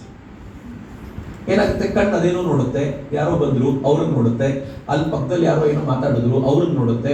ಕಣ್ಣು ಚಂಚಲವಾಗ್ತಿರುತ್ತಲ್ಲ, ಮನಸ್ಸು ಪ್ರಯತ್ನ ಮಾಡೋದೇ ಇಲ್ಲ. ಕಣ್ಣು ಮುಚ್ಕೊಂಡು ಯಾವುದಾದ್ರೂ ಹಾಡನ್ನು ಕೇಳೋ ಪ್ರಯತ್ನ ಮಾಡಿ 50% ಮನಸ್ಸು ಹಾಡಿನಲ್ಲಿರುತ್ತೆ. ಏನ್ ಚೆನ್ನಾಗಿದೆ ಇದು. ಯಾವಾಗ ಇಂದ್ರಿಯಗಳನ್ನ ನಾವು ಕ್ಲೋಸ್ ಮಾಡ್ತಾ ಹೋಗ್ತೀವೋ ಆವಾಗ ಮನಸ್ಸು ಇದ್ದಕ್ಕಿದ್ದಂತೆ ಶಾರ್ಪ್ ಆಗ್ತಾ ಹೋಗುತ್ತೆ. ಮನಸ್ಸು ಶಾರ್ಪ್ ಆದಾಗ ಕ್ಲೀನ್ ಆಗುತ್ತೆ. ಕ್ಲೀನ್ ಆಗಿರುವ ಕನ್ನಡಿಯಲ್ಲಿ ನಮ್ಮ ಮುಖ ಚೆನ್ನಾಗಿ ಕಾಣುತ್ತೆ. ನಮ್ಮ ಮುಖ ಹೆಂಗಿದೆಯೋ ಹಂಗೆ ಇರೋದು. ಕನ್ನಡಿ ಧೂಳುಮಯವಾಗಿದ್ರೆ ನಮ್ಮ ಮುಖ ಚೆನ್ನಾಗಿ ಕಾಣ್ತಿರಲ್ಲ ಅಷ್ಟೇ. ನಾವು ಯಾವಾಗ ಆ ಕನ್ನಡಿಯನ್ನ ಕ್ಲೀನ್ ಮಾಡಿಬಿಡ್ತೀವೋ ಆಗ ಸ್ಪಷ್ಟವಾದ ಪ್ರತಿಬಿಂಬ ಕಾಣ್ಲಿಕ್ಕೆ ಶುರುವಾಗುತ್ತೆ. ಯಾವಾಗ ನಾವು ಎಲ್ಲ ಇಂದ್ರಿಯಗಳನ್ನ ಕ್ಲೋಸ್ ಮಾಡಿ ಮನಸ್ಸನ್ನ ಒಂದು ಹಿಡಿತಕ್ಕೆ ತಂದು ಕೂರಿಸ್ಕೊಳ್ತೀವೋ ಭಗವಂತ ಎಷ್ಟು ಚೆನ್ನಾಗಿ ಪ್ರತಿಫಲಿಸ್ತಾನೆ ಅಂತಂದ್ರೆ, ಅಶುದ್ಧತೆ ಮಾಯವಾಗಿ ಅವನು ಪ್ರತಿಫಲಿಸಲಿಕ್ಕೆ ಶುರು ಮಾಡಿಬಿಡ್ತಾನೆ. ಶಂಕರಾಚಾರ್ಯರು ಇದನ್ನೇ ಹೇಳ್ತಾರೆ, ಮೊದಲು ಈ ಕೆಲಸ ಆರಂಭಿಸಿ ಅಷ್ಟೇ. ವಯಸ್ಸಾದ್ರೂ ಸ್ವಲ್ಪ ಕಷ್ಟ. ಈಗ ಪ್ರಾಬ್ಲಮ್ ಏನಾಗಿದೆ ಗೊತ್ತಾ, ಈ ವಯಸ್ಸಲ್ಲಿ ಲೋನ್ ಇದೆ, ತೀರಿಸ್ಬೇಕು, ತಿಂಗಳು ಲೋನ್ ಕಟ್ಟಬೇಕು. ಕಣ್ಣು ಮುಚ್ಚಿದ ತಕ್ಷಣ ಲೋನ್ ನೆನಪಾಗುತ್ತೆ ಒಳಗಿಂದ. ಅಯ್ಯೋ ಈ ತಿಂಗಳು ಲೋನ್ ಕಟ್ಟಲಿಲ್ವಲ್ಲ. ಈ ವಯಸ್ಸಿನಲ್ಲಿ ಏನಾಗ್ಬಿಟ್ಟಿರುತ್ತೆ ಗೊತ್ತಾ, ನಾವು ತುಂಬಾ ಜನರ ಸಂಪರ್ಕದಲ್ಲಿ ಬೇರೆ ಬೇರೆ ಗಲಾಟೆ ಮಾಡ್ಕೊಂಡ್ಬಿಟ್ಟಿರ್ತೀವಿ. ಆ ಗಲಾಟೆಗಳು ಒಳಗಿಂದ ಹೇಳ್ತಿರುತ್ತೆ, ವಾಸನೆಗಳು ಸುಮ್ಮನೆ ಬಿಡೋದಿಲ್ಲ. ಹೆಂಗ್ ಹೇಳ್ತವೆ ಅಂತಂದ್ರೆ, ಮನಸ್ಸನ್ನ ವಯಸ್ಸಾದಂತೆ ಶುದ್ಧಗೊಳಿಸೋದು ಕಷ್ಟವಾಗ್ತಾ ಹೋಗುತ್ತೆ. ಈಗಲಾದ್ರೂ ಪುಣ್ಯ, ಇನ್ನೊಂದು 5 ವರ್ಷ ಕಳೆದ್ರೆ ಇನ್ನೂ ಪ್ರಾಬ್ಲಮ್ ರೀ. ಮದುವೆ ಆಗೋ ಮುಂಚೆ ಟ್ರೈ ಮಾಡಿದ್ರೆ ಸ್ವಲ್ಪ ಈಸಿಯಾಗಿ ಕೂತ್ಬಿಡುತ್ತೆ. ಮದುವೆ ಆದ್ಮೇಲೆ ಇನ್ನೂ ಪ್ರಾಬ್ಲಮ್. 2 ಮಕ್ಕಳಾದ್ಮೇಲೆ ಮತ್ತೂ ಕಷ್ಟ. ಮಕ್ಕಳು ದೊಡ್ಡವರಾಗಿ ಸೊಸೆ ಬಂದ ಮೇಲಂತೂ ಹೆಚ್ಚು ಕಡಿಮೆ ಸಾಧ್ಯವೇ ಇಲ್ಲ. ಯು ಕ್ಯಾನ್ ಅಂಡರ್ಸ್ಟ್ಯಾಂಡ್ ಬೆಟರ್, ನನಗಿಂತ ಚೆನ್ನಾಗಿ ಅರ್ಥ ಮಾಡ್ಕೊಳ್ಬೇಕ್ರಿ. ಬಟ್ ಪ್ರಾಬ್ಲಮ್ ಹೀಗಿರುತ್ತೆ ಅಂತ. ಯಾಕೆ ಚಿಕ್ಕ ವಯಸ್ಸಿನಲ್ಲಿ ಇವೆಲ್ಲ ಮಾಡಬೇಕು ಅಂತಾರೆ? ಯಾಕೆ ಈ ವಯಸ್ಸಿನ ಮಕ್ಕಳಿಗೆ ನಾವು ಇದನ್ನೆಲ್ಲ ಹೇಳಬೇಕು ಅಂತಂದ್ರೆ, ಪುಣ್ಯವಂತರವರೆಲ್ಲ, ಅವರಿಗೆ ಪ್ರೆಷರ್ ಜಾಸ್ತಿ ಇಲ್ಲ. ಈಗ ಅವ್ರು ಸರಿಯಾಗಿ ಮನಸ್ಸನ್ನ ಕ್ಲೀನ್ ಮಾಡ್ಲಿಕ್ಕೆ ಕೂತ್ಬಿಟ್ರೆ ಎಷ್ಟು ಬೇಗನೆ ಮಾಡ್ಕೊಂಡು ಬಿಡ್ತಾರೆ ಅಂದ್ರೆ, ಭಗವಂತ ಬಹಳ ಬೇಗ ಪ್ರತಿಬಿಂಬಿಸ್ಬಿಡ್ತಾನೆ. ನಮಗೆ ಸ್ವಲ್ಪ ಸಮಯ ಹಿಡಿಯುತ್ತೆ, ಆದ್ರೂ ಪ್ರತಿಬಿಂಬ ಸಾಧ್ಯ. ಶಂಕರಾಚಾರ್ಯರು ಅದರ ಮಾರ್ಗವನ್ನು ಹೇಳಿದ್ರು. ಬಸವಣ್ಣವರು ಅದನ್ನೇ ಮಾಡಿದ್ರು. ಬಸವಣ್ಣವರು ಏನ್ ಮಾಡಿದ್ರು ಗೊತ್ತಾ, ಆ ಸ್ಥಾವರ ಲಿಂಗ, ದೊಡ್ಡದೊಂದು ಲಿಂಗ ಅಲ್ಲಿದೆ, ದೊಡ್ಡದೊಂದು ಶಿವನ ವಿಗ್ರಹ ಲಿಂಗ ಅಲ್ಲಿ ಏನ್ ಕೂತಿದೆ ಅದು ಸ್ಥಾವರ ಲಿಂಗವಾಗಿದ್ದು ಚರಲಿಂಗವಾಯಿತು. ಕಾಲಕ್ರಮದಲ್ಲಿ ಚರಲಿಂಗ ಅಂದ್ರೆ ಮನೆಯಲ್ಲಿ ಪೂಜೆ ಮಾಡ್ತೀವಿ, ನಾವು ಬೇರೆ ಊರಿಗೆ ಹೋದಾಗ ಅದನ್ನು ತಗೊಂಡು ಹೋಗ್ತೀವಿ, ಅಲ್ಲೂ ಪೂಜೆ ಮಾಡ್ತೀವಿ.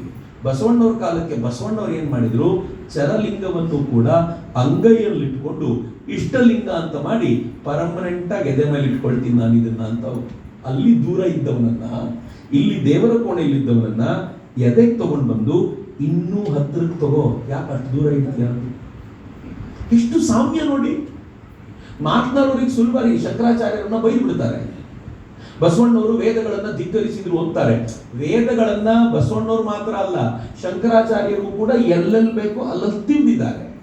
ಹೆಂಗ್ ತಿಂದ್ರು ನಮ್ಗೆ ಗೊತ್ತೇ ಆಗ್ಲಿಲ್ಲ. ಯಾಕೆಂದ್ರೆ ಶಂಕರಾಚಾರ್ಯರ ಅನುಯಾಯಿಗಳು ಅದನ್ನ ಮಾತಾಡೋದಿಲ್ಲ, ಅದಕ್ಕೆ ಗೊತ್ತಾಗೋದಿಲ್ಲ ಅಷ್ಟೇ.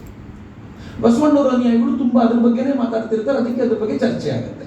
ಶಂಕರಾಚಾರ್ಯರು ಏನಂತಂದ್ರು, ವೇದಶಾಸ್ತ್ರಗಳನ್ನ ಎಷ್ಟು ಓದಿದ್ರೆ, ಈಗ ತಾನೇ ಸ್ವಾಮೀಜಿ ಹೇಳಿದ್ರಲ್ಲ, ವೇದಶಾಸ್ತ್ರಗಳನ್ನ ಎಷ್ಟು ಬೈಹರ್ಟ್ ಮಾಡಿದ್ರೆ ಏನು, ಗುರುವಿನೊಂದಿಗೆ ಮನಸ್ಸು ಲಗ್ನವಾಗದವರೆಗೆ ಏನು ಉಪಯೋಗ ಇಲ್ಲ. ವೇದವನ್ನು ಬೈದಂಗಲ್ವಾ ಇದು? ಅಪ್ಪ ಗುರು ಪಕ್ಕಕ್ಕಿಡು, ವೇದ ಮೊದಲು ಅದನ್ನ ಬೈಹರ್ಟ್ ಮಾಡು ಅಂತ ಹೇಳಬೇಕಿತ್ತು. ಅವರು ವೇದದ ಸಮರ್ಥಕರು, ಅಂದ್ರೆ ಕಡು ಸಮರ್ಥಕರು ಅಂತ. ಆದ್ರೆ ಅವ್ರು ಹಂಗಂದ್ರು. ಅದನ್ನೇ ಬಸವಣ್ಣವ್ರು ಹೇಳಿದ್ರು, ವೇದವನ್ನು ಪಕ್ಕಕ್ಕಿಡಪ್ಪ, ಶಾಸ್ತ್ರವನ್ನ ಪಕ್ಕಕ್ಕಿಡು, ಮೊದಲು ನಿನ್ನ ಕೈಯಲ್ಲಿ ಅಂಗೈಯಲ್ಲಿರುವಂತ ಈ ಲಿಂಗದೊಂದಿಗೆ ಅನುಸಂಧಾನ ಮಾಡ್ಕೋ, ಭಗವಂತ ನಿನ್ಗೆ ಇಲ್ಲೇ ಸಿಗ್ತಾನೆ ನೋಡು ಅಂತ. ಎಷ್ಟು ಚೆನ್ನಾಗಿದೆ. ನಾವೇನ್ ಮಾಡಿದ್ವಿ, ಅವ್ರು ವೇದವನ್ನ ಬೈದದ್ದನ್ನು ಹಿಡ್ಕೊಂಡ್ವಿ, ಲಿಂಗದೊಂದಿಗೆ ಅನುಸಂಧಾನ ಮಾಡಿದ್ದು ಅನ್ನೋದನ್ನ ಬಿಟ್ಬಿಟ್ವಿ. ನಮಗೇನಿತ್ತು ಅಂದ್ರೆ ಯಾರೋ ಒಂದಷ್ಟು ವಿರೋಧ ಮಾಡ್ಲಿಕ್ಕೆ ಏನೋ ಬೇಕಾಗಿತ್ತು, ಅದಕ್ಕೊಂದು ಬಸವಣ್ಣವರು ಅಸ್ತ್ರವಾಗಿ ಇಟ್ಕೊಂಡ್ಬಿಟ್ವಿ. ಆದರೆ ಬಸವಣ್ಣ ಯಾರನ್ನು ವಿರೋಧಿಸ್ಲಿಕ್ಕಲ್ಲ ಬಂದಿದ್ದು, ನಮ್ಮೆಲ್ಲರನ್ನು ಭಗವಂತನೊಂದಿಗೆ ಜೋಡಿಸಲಿಕ್ಕೆ ಬಂದಿದ್ದು, ಭಗವಂತನೊಂದಿಗೆ ನಮ್ಮನ್ನ ಲಗ್ನ ಮಾಡಿಸ್ಲಿಕ್ಕೆ ಬಂದಿದ್ದು. ಎಷ್ಟು ಅದ್ಭುತವಾಗಿರುವಂಥದ್ದು. ಹೆಂಗ್ ಮಾಡಿಸಿದ್ರು? ಈ ಈ ಈ ಜ್ಞಾನ ಪರಂಪರೆಯಲ್ಲಿ, ನೀವು ಯೋಗ ಪರಂಪರೆಯಲ್ಲಿ ಯಮ ನಿಯಮ ಆಸನ ಪ್ರಾಣಾಯಾಮ ಪ್ರತ್ಯಾಹಾರ ಧಾರಣ ಧ್ಯಾನ ಸಮಾಧಿಯಲ್ಲಿ ಭಗವಂತನೊಂದಿಗೆ ಒಂದಾಗುವ ಪರಿಕಲ್ಪನೆ ಹೆಂಗೆ ಕಟ್ಟಿಕೊಟ್ರೋ, ಬಸವಣ್ಣ ಷಟ್ ಸ್ಥಳದಲ್ಲಿ ಕಟ್ಟಿಕೊಟ್ರು. ಹೇಗೆ ಷಟ್ ಸ್ಥಳ? ನಾವೆಲ್ಲರೂ ಮೊದಲು ಭಕ್ತರಾಗಬೇಕು ಅಂತಂದ್ರು. ಏನು ಭಕ್ತ ಅಂತಂದ್ರೆ, ಯಾರು ಅಹಂಕಾರವನ್ನ ಕಳೆದುಕೊಂಡು ಶರಣಾಗಲಿಕ್ಕೆ ನಿದ್ದಾನೋ ಅವನು ಭಕ್ತ. ಇಲ್ಲ ನಾನು ಶರಣಾಗಲ್ಲ ಅನ್ಕೊಂಡ್ರೆ ಭಕ್ತರಲ್ಲ ರೀ, ಭಕ್ತರಾಗ್ಲಿಕ್ಕೆ ಯೋಗ್ಯರಲ್ಲ ನಾವು. ನಾನು ಶರಣಾಗಲಿಕ್ಕೆ ಸಿದ್ಧ. ರಾಮಕೃಷ್ಣರ ಬಳಿ ಬರಬೇಕಾದ್ರೆ ಮೊದಲನೇದೇನು ಅಂತಂದ್ರೆ, ಗುರುಗಳೇ ನೀವು ಹೆಂಗೆ ಹೇಳ್ತೀರೋ ಅಂತ ಅನ್ಕೊಂಡು ಬನ್ನಿ, ಏನ್ ಬೇಕೋ ಅದು ಸಿಗುತ್ತೆ. ಸ್ವಲ್ಪ ಅನುಮಾನದಿಂದ ನಾನು ಹಂಗೆಲ್ಲ ಇಲ್ಲ. ಕೆಲವು ಬರ್ತಾರೆ ನಮಸ್ಕಾರ ಮಾಡೋ ಟೆನ್ಷನ್ ಅವ್ರಿಗೆ, ಹೆಂಗ್ ನಮಸ್ಕಾರ ಮಾಡೋದು ದೇವರಿಗೆ, ಅವರೆಲ್ಲ ಕಡೆ ಕೊಚ್ಕೊಂಡ್ ಬಂದ್ಬಿಟ್ಟಿರ್ತಾರೆ, ನಾನು ಯಾರಿಗೂ ತಲೆ ಕೆಡಿಸ್ಕೊಳ್ಳಲ್ಲ ಅಂತ. ಅಂಥವ್ರಿಗೆ ಏನೂ ದಕ್ಕದಿಲ್ಲ. ಸೊ ಬಸವಣ್ಣವ್ರು ಹೇಳ್ತಾರೆ, ಮೊದಲು ಭಕ್ತನಾಗಬೇಕು, ನಿನ್ನ ಅಹಂಕಾರವನ್ನ ತ್ಯಾಗ ಮಾಡಿ ನಮಸ್ಕಾರ ಮಾಡ್ಲಿಕ್ಕೆ ಸಿದ್ಧನಾಗು, ಆವಾಗ ನಿಂಗೆಲ್ಲ ಸಿಗುತ್ತೆ ಅಂತ.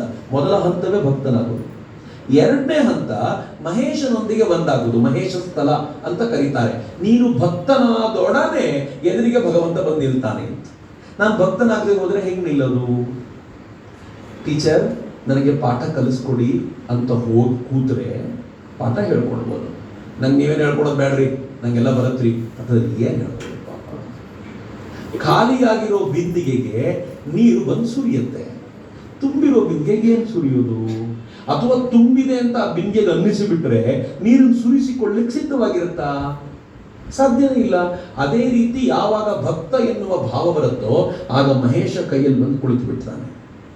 ಮಹೇಶನೊಂದಿಗೆ ಅನುಸಂಧಾನ ಶುರುವಾಗ್ತಾ ಆಗ್ತಾ ಅವನು ನಿಧಾನವಾಗಿ ಒಂದು ಹಂತಕ್ಕೆ ಮೇಲಿಗೆ ಇರ್ತಾ ಭಕ್ತ ಮಹೇಶ ಆಗಿ ಆನಂತರ ಅವನು ಪ್ರಸಾದಿ ಆಗ್ತಾನೆ. ಪ್ರಸಾದಿ ಅಂತಂದ್ರೆ ಏನ್ ಗೊತ್ತಾ? ಎಲ್ಲವೂ ಅವನಿತ್ತ ಭಿಕ್ಷೆ ಅಂತ ಭಾವಿಸೋದು. ಬಹಳ ಸಿಂಪಲ್ ಆಗಿದೆ ಇದು. ನೀವು ಇವತ್ತು ಈ ಅವಕಾಶವನ್ನ ಯಾರು ಕರುಣಿಸಿದ್ರು ಅಂತ ಕೇಳಿದ್ರೆ ಗುರುದೇವ ರಾಮಕೃಷ್ಣರು ಕರುಣಿಸಿದ್ರು ಅಂತ ಶ್ರದ್ಧೆಯಿಂದ ಭಾವಿಸಿ ಅವ್ರಿಗೊಂದು ನಮಸ್ಕಾರ ಮಾಡಿ, ಭಗವಂತ ಇಂಥ ಪ್ರಸಾದವನ್ನ ಆವಾಗವ ಕೊಡಪ್ಪ ಅಂತ ಕೇಳಿದ್ರೆ ಅವನು ತಿಂದ ಎಂಜಿಲು ನಮ್ಗೆ ಯಾವಾಗಲೂ ಸಿಗ್ತಿರತ್ತೆ. ಏನ್ ಭಾಗ್ಯ!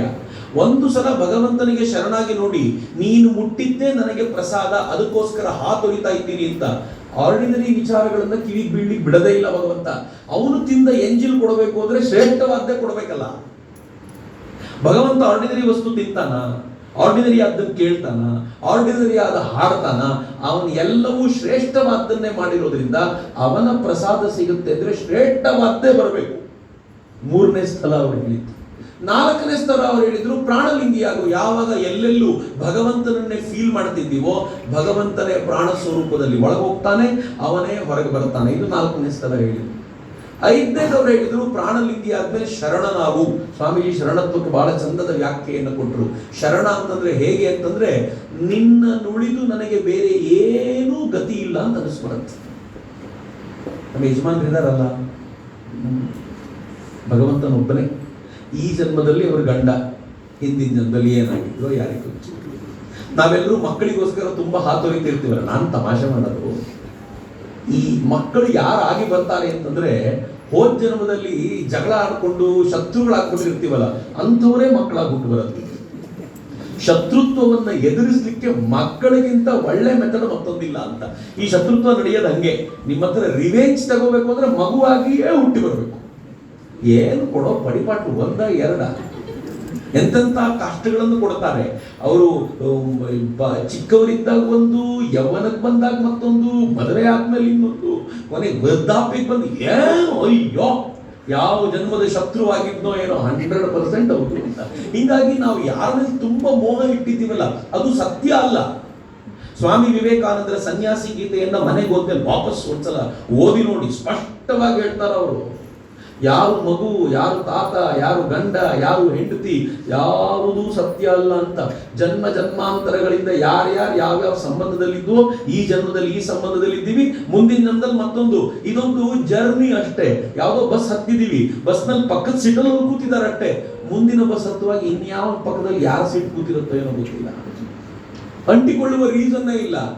ಆದ್ರೆ ಕೊನೆಯಲ್ಲಿ ನಮ್ಗೆ ಉಳಿಯೋದು ಯಾರು ಅಂದ್ರೆ ಬಸ್ ಡ್ರೈವರ್ ಒಬ್ಬನೇ. ನೀನೊಬ್ಬನೇ ಗತಿ ಕಣಪ್ಪ, ಸರಿಯಾಗಿ ದಾರಿ ಮುಟ್ಸಪ್ಪ, ಇವರೆಲ್ಲರೂ ಸುಳ್ಳು ಅಂತ. ಏನ್ ಚೆನ್ನಾಗಿದೆ ನೋಡಿ.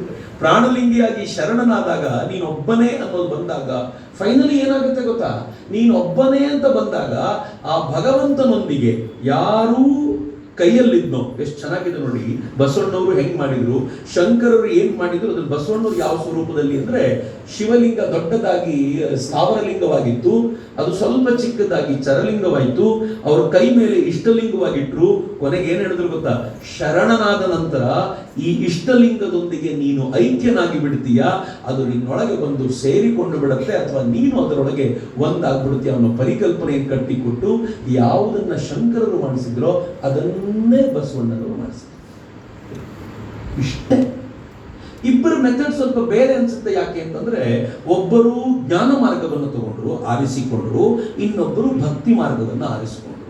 ಬಸವಣ್ಣ ಭಕ್ತಿ ಮಾರ್ಗವನ್ನು ಆರಿಸಿಕೊಂಡ. ಅವನು ಭಕ್ತನಾಗಿ ಭಗವಂತನ ಮುಂದೆ ನಿಂತ್ಕೊಳ್ಳೋದು ಸುಲಭ ರೀ. ಜ್ಞಾನಿ ಆಗೋದು ಸ್ವಲ್ಪ ಕಷ್ಟ, ಭಕ್ತನಾಗೋದು ಬಹಳ ಸುಲಭ. ನಮಗೆ ಶರಣಾಗೋದನ್ನ ಬಹಳ ಸುಲಭವಾಗಿ ಕಲಿಸ್ಬಿಟ್ಟಿದ್ದಾರೆ, ಬಹಳ ಬೇಗ ಸರೆಂಡರ್ ಆಗ್ಬಿಡ್ತೀವಿ.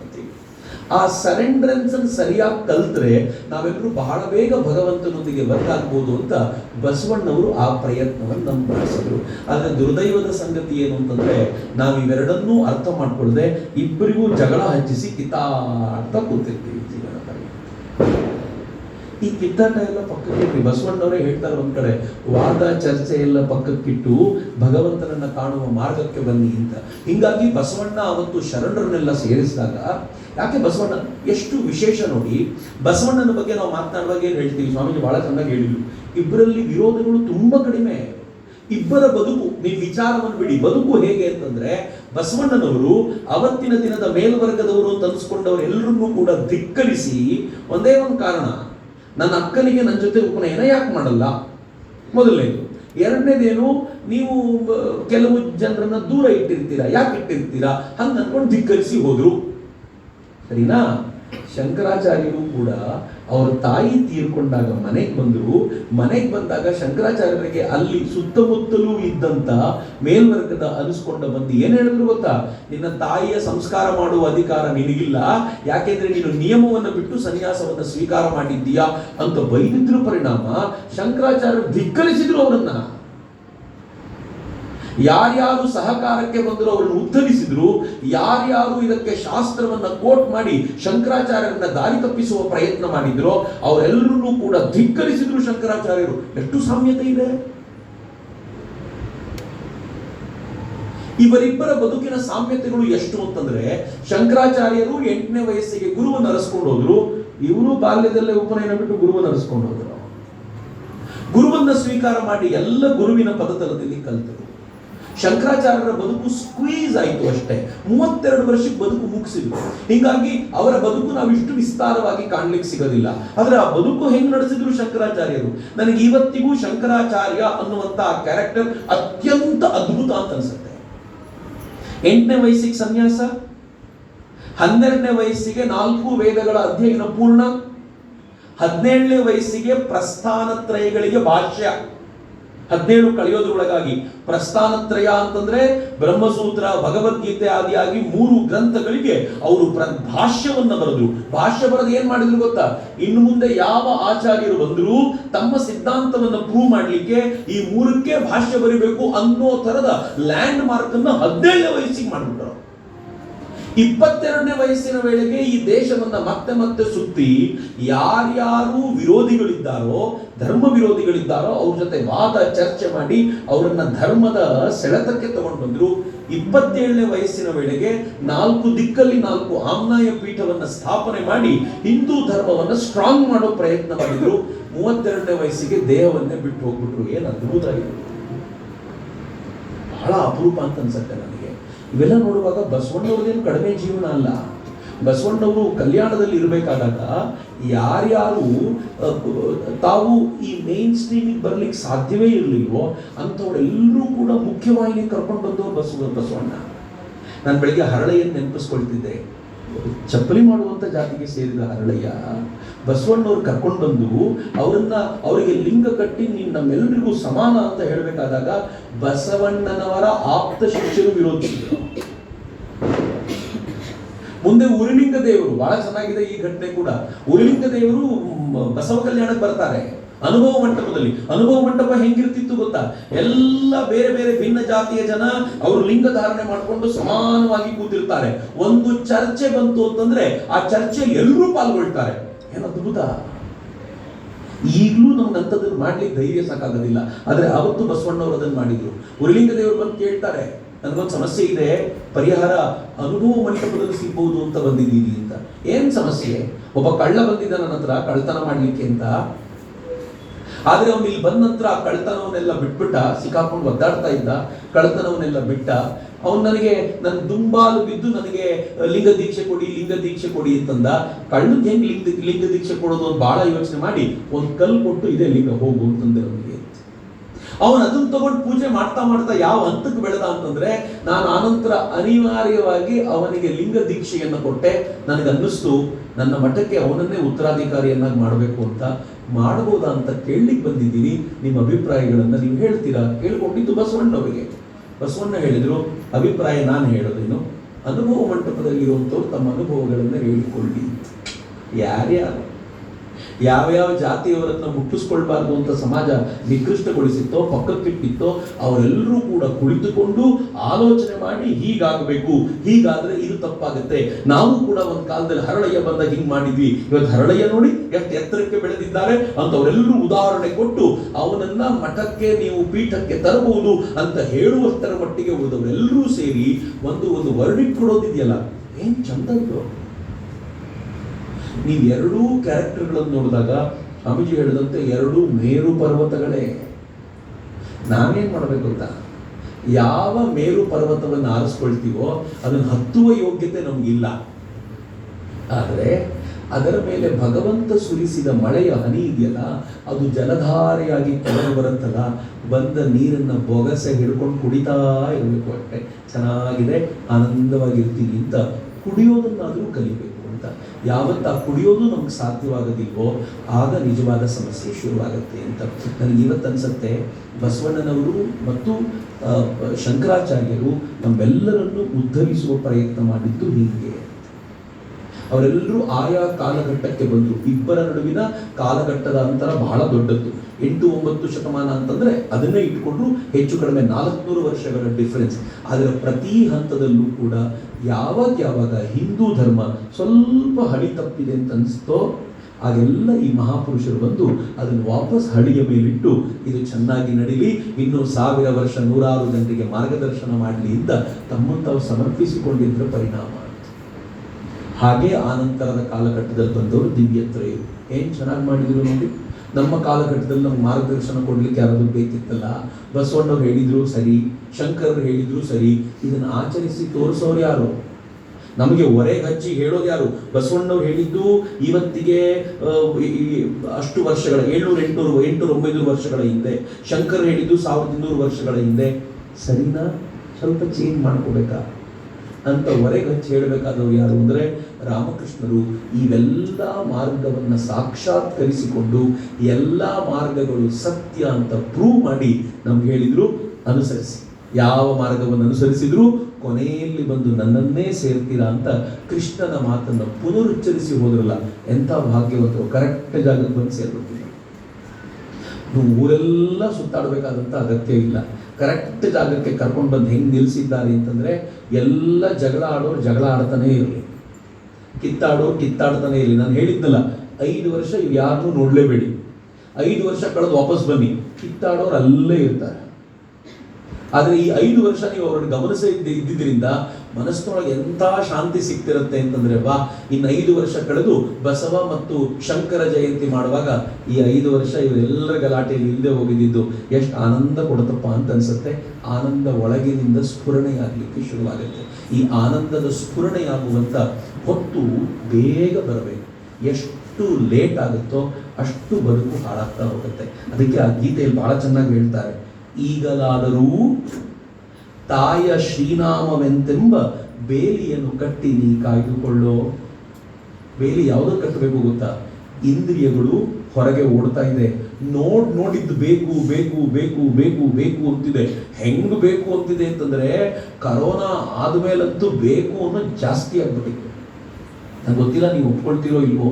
ಕರೋನಾ ಕಾಲದಲ್ಲಿ ಎಲ್ಲರೂ ಅನ್ಕೊಂಡಿದ್ರು ಇನ್ನು ನಮ್ಮ ಜನ ಹೈಲಿ ಸ್ಪಿರಿಚುವಲ್ ಆಗಿಬಿಡ್ತಾರೆ, ಕರೋನಾ ಅವರಿಗೆ ಬದುಕಿನ ಸಾರ್ಥಕತೆ ಎಷ್ಟು ಅಂತ ತೋರಿಸ್ಬಿಟ್ಟಿದೆ, ಇನ್ನು ಎಲ್ಲರೂ ಮಠಗಳಿಗೆ ಆಶ್ರಮಗಳಿಗೆ ಬರ್ಲಿಕ್ಕೆ ಶುರುವಾಗ್ಬಿಡ್ತಾರೆ ಅಂತ.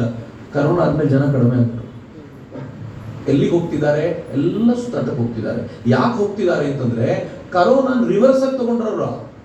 ಅಯ್ಯೋ, ಯಾವ ವೈರಸ್ ಬಂದು ಸತ್ತೋಗ್ಬಿಡ್ತೀವೋ, ಇರೋ ಅಷ್ಟರು ಸುತ್ತ ಬಿಡ್ಬೇಕು. ನಾನು ಅನ್ಕೊಂಡೆ ಯಾವತ್ತು ವೈರಸ್ ಬಂದು ಸತ್ತೋಗ್ಬಿಡ್ತೀವೋ ಅಷ್ಟರೊಳಗೆ ದೇವರದೇನಾದ್ರೂ ಮಾಡೋಣ ಅಂತ ಜಾಸ್ತಿ ಆಗ್ತಾರೆ ಅಂದ್ರೆ ಉಲ್ಟಾ ಆಗ್ಬಿಟ್ಟಿದ್ದಾರೆ. ನೀವು ಯಾವ ಹೋಟೆಲ್ ನೋಡಿ ಖಾಲಿ ಇರಲ್ಲ, ಯಾವ ಟೂರಿಸ್ಟ್ ಸ್ಪಾಟ್ ನೋಡಿ ಖಾಲಿ ಇರಲ್ಲ. ಮೊದಲು ಏಪ್ರಿಲ್ ಮೇಲೆ ರಶ್ ಇರ್ತಿತ್ತು, ಈ ವರ್ಷದ 12 ತಿಂಗಳು ರಶ್.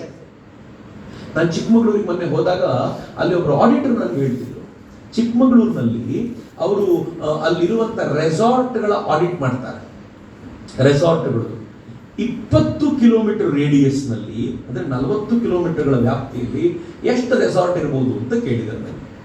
1 ಕಿಲೋಮೀಟರ್ಗೆ 1, 2, 3, 250 ರೆಸಾರ್ಟ್ ಒಂದೇ. ನಾನು 1200 ರೆಸಾರ್ಟ್ ಇದೆ ಚಕ್ರವರ್ತಿ.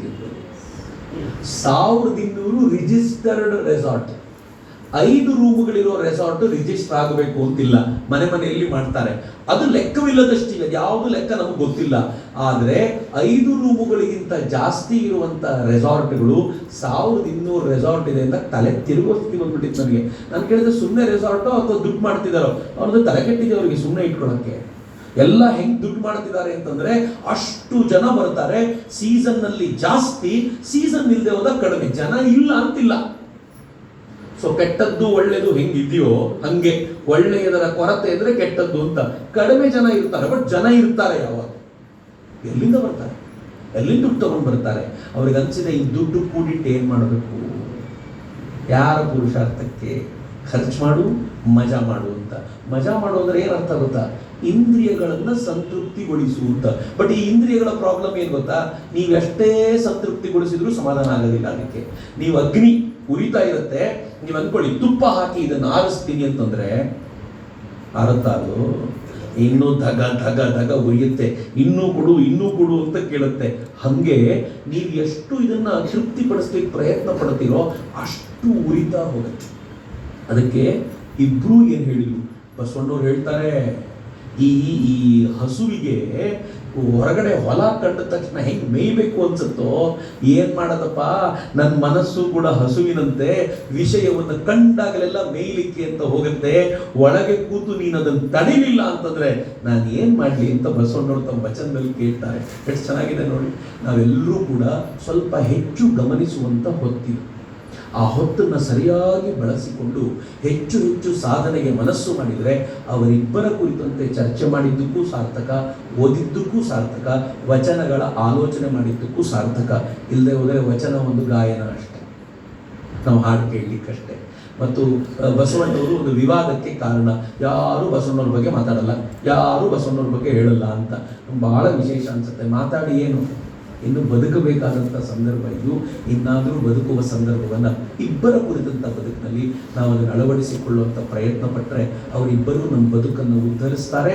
ನಾನು ಆಗಲೇ ಹೇಳಿದಂತೆ ಅಂತರಂಗದ ಈ ಆನಂದವನ್ನು ಕಂಡುಕೊಳ್ಳುವ ಪ್ರಯತ್ನವನ್ನು ನಾವು ಮಾಡಲಿಕ್ಕೆ ಸಾಧ್ಯವಾಗುತ್ತೆ ಅಂತ ನಾನಾದರೂ ಭಾವಿಸ್ತೀನಿ. ನಮಗೆಲ್ಲರಿಗೂ ರಾಮಕೃಷ್ಣರು ಈ ಶಕ್ತಿಯನ್ನು ಕೊಡಲಿ. ನಮ್ಮ ಬದುಕನ್ನು ಒಂದು ಸರಿಯಾದ ದಿಕ್ಕಿಗೆ ತೆಗೆದುಕೊಂಡು ಹೋಗುವಂಥ ಒಂದು ಶಕ್ತಿಯನ್ನು ರಾಮಕೃಷ್ಣರು ಕೊಡಲಿ ಅಂತ ನಾನು ರಾಮಕೃಷ್ಣರಲ್ಲೇ ನನ್ನ ಮನವಿಯನ್ನು ನಿಮ್ಮೆಲ್ಲರ ಪರವಾಗಿ ನನ್ನನ್ನು ಸೇರಿಸ್ಕೊಂಡು ಜೋಡಿಸಿ, ನೀನೇ ಕೊಡಪ್ಪ, ನೀನೇ ಉದ್ಧಾರ ಮಾಡಪ್ಪ ಅಂತ ಶರಣಾಗತನಾಗಿ ಕೇಳ್ಕೊಳ್ತಾ ಇದ್ದೀನಿ. ಭಗವಂತ ಎಲ್ರಿಗೂ ಒಳಿತು ಮಾಡಲಿ ಅಂತ ಪ್ರಾರ್ಥಿಸ್ತಾ ನನ್ನ ಮಾತುಗಳನ್ನು ಅವರ ಚರಣಕ್ಕೆ ಸಮರ್ಪಿಸ್ತೀನಿ. ಎಲ್ರಿಗೂ ನಮಸ್ಕಾರ. ವಂದೇ ಮಾತರಂ. ಜೈ ಹಿಂದ್.